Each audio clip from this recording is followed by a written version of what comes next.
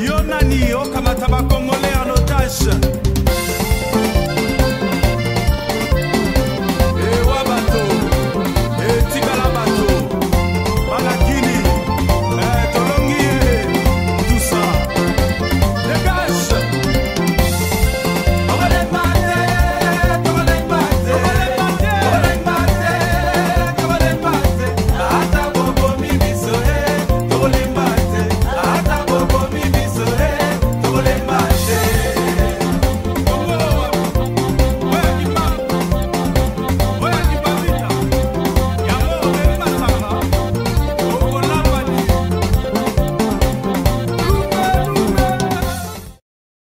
Tata na ba mama bandeko na ngai bana ya Congo na eli susu à travers élément vidéo yo poto meka ko solola to meka ko échanger moke peto meka ko réfléchir si je puis ainsi dire na makamako le kana ko mambo déjà ebele naturellement to s'appesantir toujours aspect nyo sauté mais na épinglé moi 3 éléments sur base desquels na lingi ensemble Tome kako raisonner.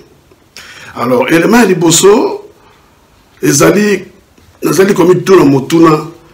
Est-ce que na Congo na biso eloko babengi liberté d'expression, eloko babengi obango bazo benga état de droit, est-ce qu'il y a libongo garantie na kata Congo na biso? Est-ce que tu as comme ça la confiance pour dire que la liberté d'expression est garantie dans le Congo, que le Congo est devenu réellement un état de droit? Là, tout le monde a pas nini. Tout une succession, il y a des événements, mais avec des traitements différents. Tout le monde a dit Bosso, tout le monde qui Chalamouana, semble-t-il, Bakinzembo, librement d'ailleurs, on va interpréter comme étant attaque vis-à-vis à président de la République. Et cette dernière a été arrêtée. Il y a Aner Mokolomoko. Bon, et puis Bimisi. Deuxièmement, Tomoni, Moto, plaisanté, Benga Barnabé. Barnabé a eu un lobby que, ça va attaquer, il y a 4 balles et tout ça, vis-à-vis du chef de l'État. Le même jour, Bakangi, le tribunal s'est constitué. Basambisi peut prononcer sentence 3 ans de prison. Mais troisième aspect, et c'est ça qui m'inquiète le plus, parce que ce qui nous a comparé à l'élément Oyo et poussé Bakanga M. Barnabé, je me dis, Bakambo M. Barnabé à lobby à s'attaquer uniquement et principalement dans le chef de l'État, donc à un individu, fétiche chef de l'État, à un individu. Par contre, Motoga Moïse Diarugabo, qui s'est attaqué à toute la population congolaise, nous promettant l'Iwa comme des idiots, promettant aussi s'occuper d'un problème,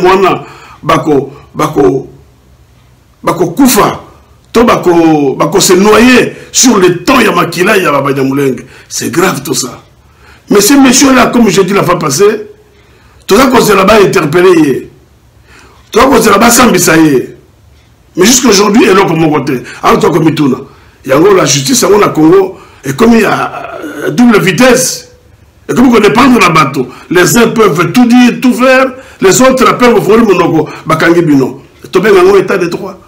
Tobé Gango liberté d'expression, en tout cas la question imposée, dans le Sénégal, dans le Congo, bon, mais à couper s'il y a de nos parce que, bon, voilà, la question est lancée, l'affaire est sur la table, Tobé Gango débattre de Yango. Deuxième aspect, tout le monde mingi, les soi-disant, comme ils les appellent, sénateur, il y en a un, sénateur à vie, Hippolyte Kanamba, Joseph Kabila. Le salaire, il s'élève à 680 000 $ par mois. Soit tout ça, 680 000 par 12, eh bien, ça fait 8 160 000 $ à Zouaka par un individu qui n'est plus en fonction. Un ancien chef de l'État. Mais, de tous côtés, tout le monde a fait fuite d'informations, mais personne ne veut personne, quand je dis personne, il y a UDPS, tout y a cash, à l'ennemi qu'on s'est présenté sur les Cambouana. On nous parle aussi du salaire, il y a M. Tshilombo Elias Tshisekedi. On parle de 2 070 000 par mois, pour un total de 24 840 000 par an. Est-ce que les Cambouanais sont solo? Parce que je vis personnellement même M. Loka Bangabayamba qui est dans l'émission Top Congo FM. Il a tout fait pour ne pas répondre à cette question. C'est qu'il y a un sous roche. Eh bien, dans la situation que le Congo a traversée, est-ce que vous trouvez normal qu'on donne de tels salaires aux gens? On donne de tels salaires aux individus dont Joseph Kabila soit 670 000 ou 680 000 par mois. Tshilombo Elias Tshisekedi aza kozwa 2 070 000 euros na mois moko. Mais et pour le peuple congolais, et pour les fonctionnaires, pour les militaires, et là qu'on y va besoin. Donc tous les efforts qui sont fournis par le service générateur de recettes pour récolter le plus de fonds possible pour Moké Tambola, et ça ne peut pas nourrir ces deux individus là. Ah non, dans Congo. Tant que ça la introspection, tant qu'on peut enquêter là-dessus, eh bien, il faut que nous trouvions une solution. Parce que trop, c'est trop. Troisième élément, tout le monde, pendant la semaine, moi aussi, il y a Tshilombo Elias Tshisekedi, avec un cadeau, il y a une Jeep, et pas il y a un Mwanasemi. Mais Tony Toeba, il n'y a pas longtemps, moi, si on a pouvoir, il n'avait rien. Le lobo, il y a comme qu'on un cadeau, il y a un véhicule qui coûte plus de 50 000. Azumbongo, wapi. Quel nous vous explique, et si quand il y a Azumbongo, parce qu'il n'y a pas longtemps, on a pouvoir, il y a l'autre côté. Tu as vu, il faut vivre à la Guinée. Le lobo, comme qu'on peut un cadeau, qu'on peut un cadeau, nous, on s'en fout. Mon toit, on a un cadeau, il peut faire un cadeau, il y a l'IPA, il y a biscuit, il y a ordinateur, tout ce qu'il veut. Mais il faut que cette dépense-là, elle sera proportionnelle en caisse. Parce qu'en tant que première dame, entre guillemets première dame, en tant que la femme du président de la République, elle a recette. Elle a même reconnu sur le plan de la structure de la carte de la Constitution. Elle a reconnu. Et bien là, il y a comme un cabamit qui a été Azu en Congo. Azu en Wapi. Asalaka wapi. Parce qu'on finit la caisse de l'État pour ça le plaisir, pour se prémunir pour les prochaines élections. Entre-temps, le peuple souffre. Le peuple croupi dans la misère la plus noire. Le Bana Congo. Et il y a que tu vas toka na maboko. Pas battre Congo et à l'imboka biso banso. Nous devons tous tirer profit ya mboka wana parce que si ce n'est que ces pays-là. Alors, des gens ne peuvent pas venir jouer avec l'argent du pays comme ils le font. Il y a toujours, toi, les gens qui mettre à la porte l'ancien régime qui gravite encore autour du pouvoir, qui maîtrise encore ou qui détient encore le levier du pouvoir.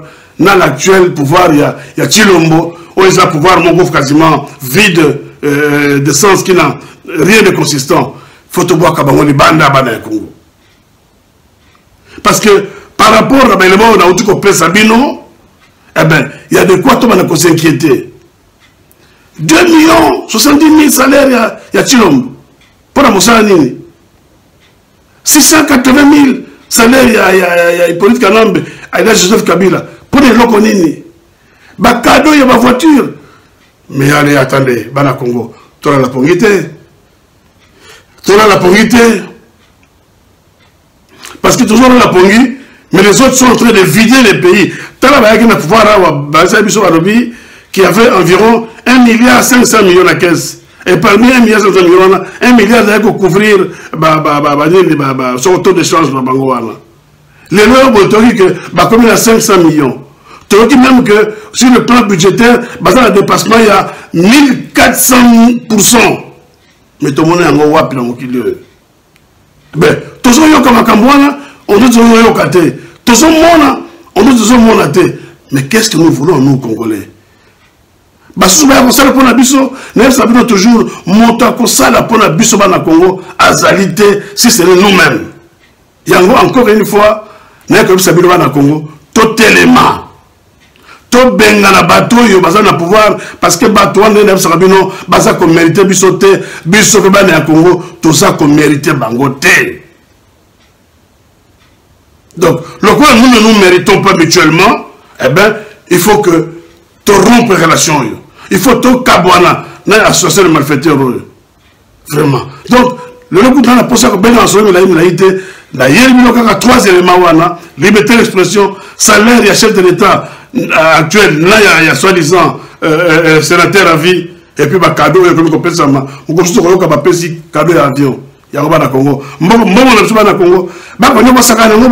Nous disons non, non, non et non. Et dans le Congo, totalement, tout le monde pour te mettre un terme à cette hémorragie. Maton Dominique.